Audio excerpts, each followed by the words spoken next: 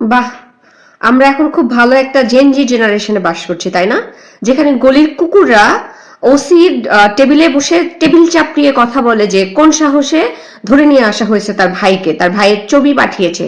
ছবি পাঠানোর পরও তার ভাইকে কেন ধরে নিয়ে আসলো, সে কি ভাইসা আসছে কিনা। গণঅভ্যুত্থানে সে হচ্ছে বৈষম্য বিরোধী ছাত্র আন্দোলনের সমন্বয়ক ছিল।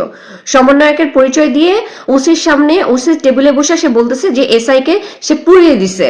এরকম কথা সে বলার সাহস পাচ্ছে এবং ওসি ম্যান করে কথা বলতেছে। তার মানে আমরা কোন জেনারেশনে চলে আসছি?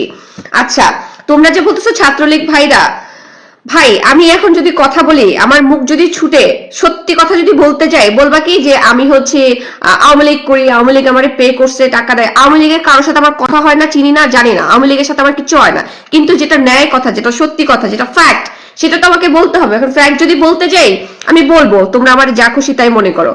ছাত্রলীগ ভাইরা তোমাদের জন্য ঠিক ছিল, একদম ঠিকঠাক মতো তোমাদের প্যাদানি দিত। তোমাদের এই সাহস যে এক থানার মধ্যে ঢুকে ওসি সাহেবের সামনে বসে এরকম নেরি কুকুর যে কিনা হচ্ছে ধাক্কা দিলে মক্কা চলে যায়, সে তার মতো একটা ছেলে এসে বলবে যে আমার ভাইকে ভাই ধরে নিয়ে আসছেন কেন?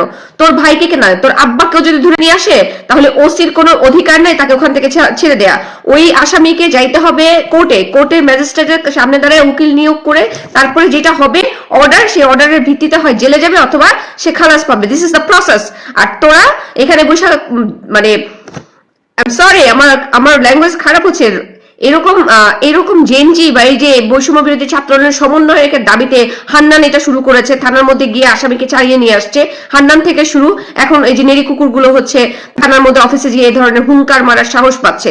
তোমাদের জন্য ছাত্রলীগের এই ক্যাডার গুলা, এই ছেলেপুলে গুলা, এগুলি পারফেক্ট ছিল। তাহলে